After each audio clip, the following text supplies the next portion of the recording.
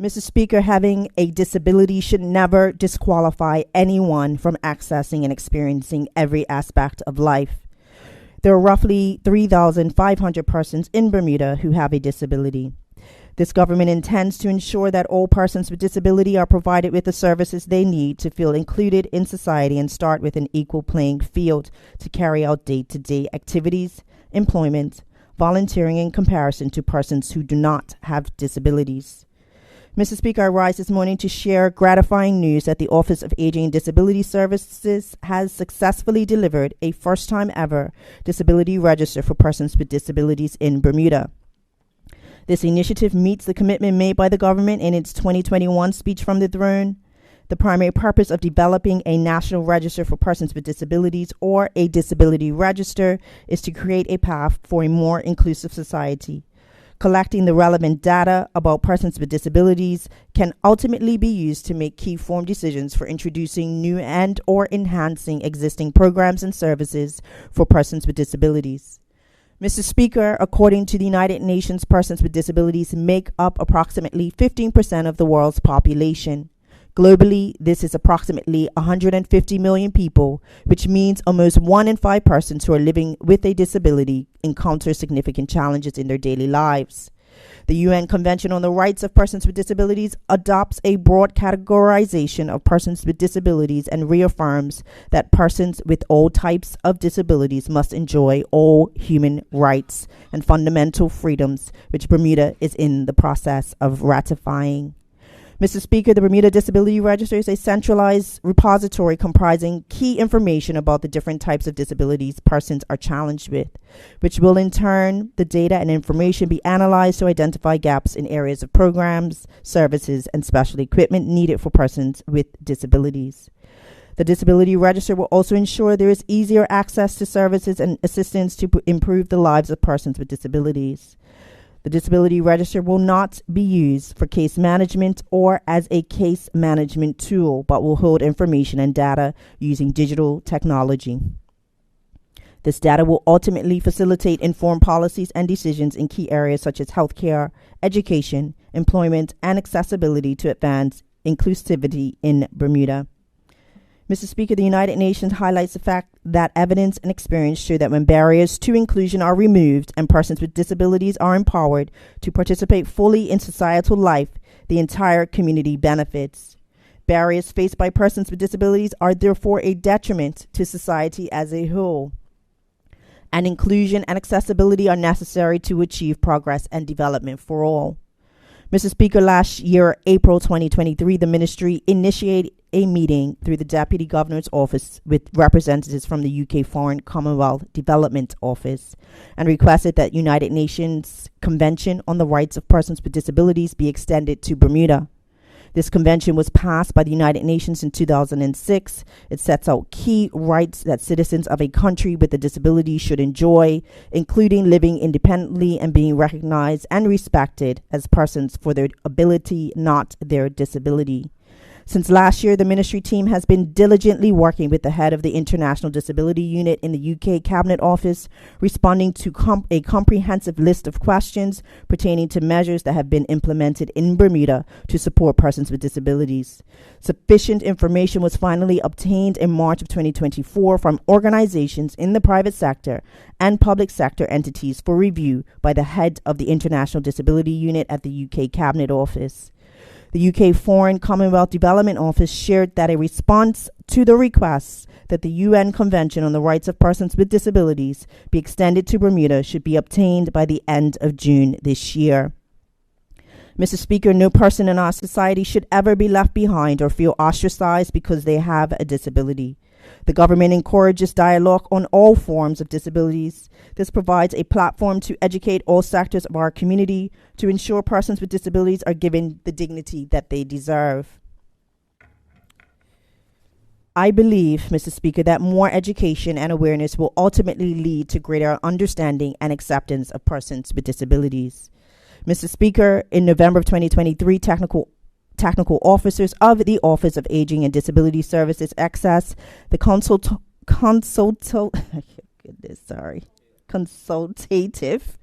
services of, I'm reading too fast, CBC Tech Emporium, which is a web, mobile, and software development agency in the Bahamas.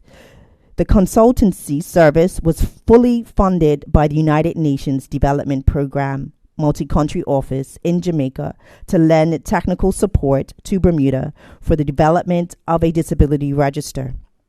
Since January this year, there has been steady collaborative work involving the consulting firm, the government IT office, technical officers in aging and disability services, and specialists in the disability services in the private sector to create, deliver, and test a disability register app for Bermuda. Mr. Speaker, currently, Bermuda does not have a legal disability framework as in other jurisdictions. For example, the Jamaica Disability Council operates an established disability register as it's stipulated by their Disability Act of 2014.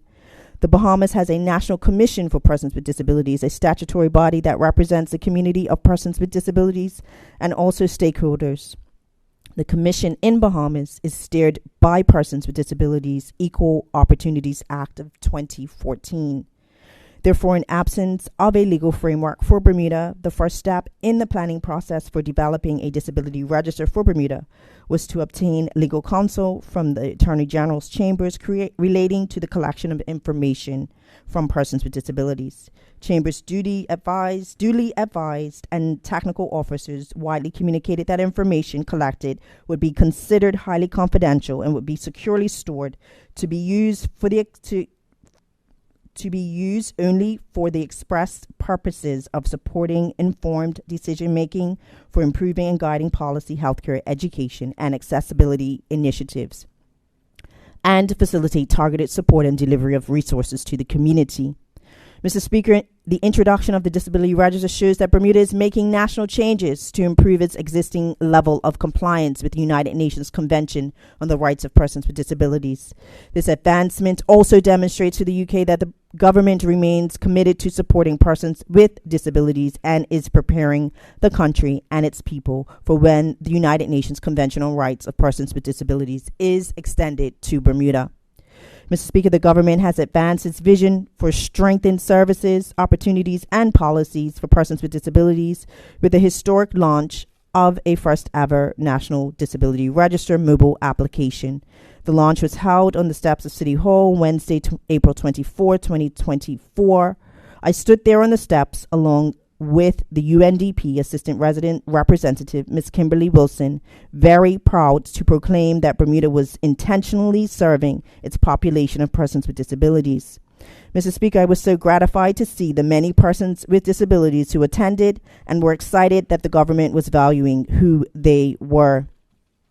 Mr. Speaker, I started to read this statement this morning by saying that having a disability should never disqualify anyone from accessing and experiencing every aspect of life. At the launch of the Mobile Disability Register app, persons with disabilities who attended truly felt valued. This was evidenced by the many hugs and smiles they were giving to the ministry team and the representation from many organizations who were present. It was a moving experience on that day.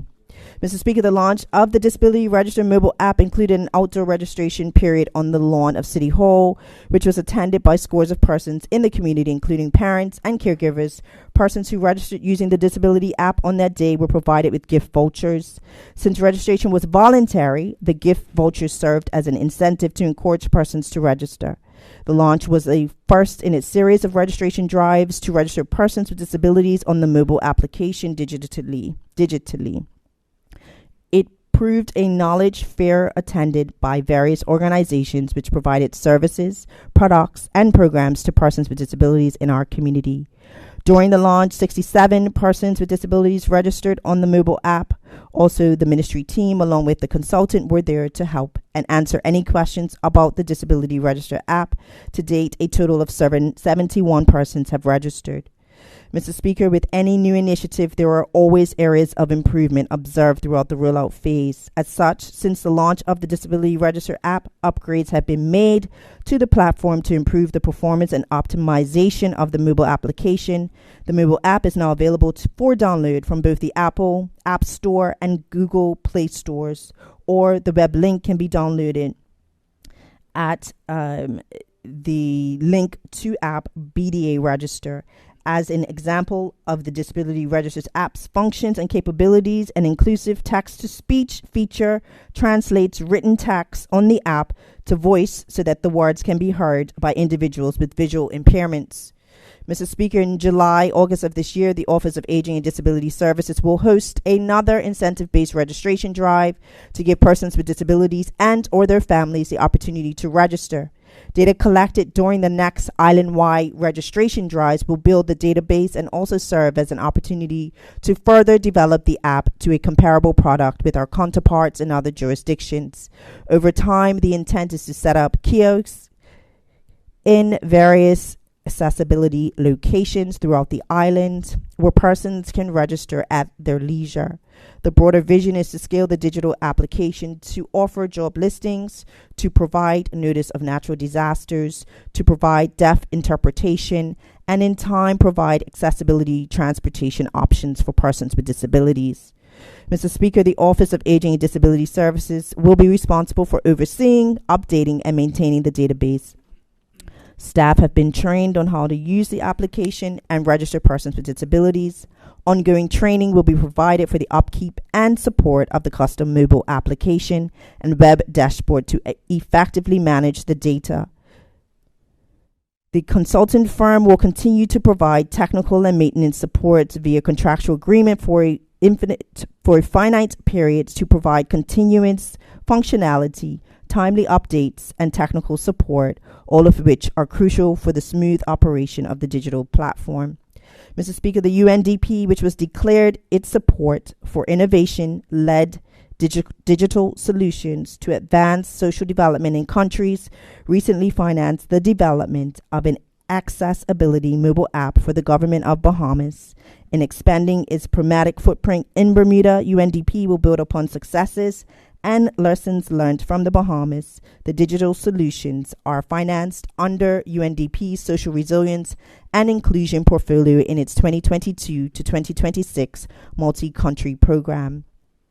Mr. Speaker, the launch of the Disability Register is a significant milestone in Bermuda's history. Empowering persons with disabilities through accurate data representation is crucial for promoting and encouraging active participation in society, and this will further align with the government's 5-year national plan for adults with intellectual disabilities and their families, which was launched in May of 2023. Mr. Speaker, I challenge everyone to partner together and share the vision for Bermuda that is inclusive for all. In doing this, we can collectively progress towards not only achieving the UN Sustainable Development Goal number 10, reduced inequalities, but we can also break down barriers, challenge stereotypes, and create a Bermuda where persons with disabilities can fully participate and thrive. In closing, on behalf of the government, I am deeply grateful for the collaboration and support the ministry has received along this journey. From the invaluable input of the UNDP to the commitment from our government departments, community organizations, and support agencies, it has truly been a collaborative effort upon which we can build a Bermuda where no one is left behind. Thank you, Mr. Speaker.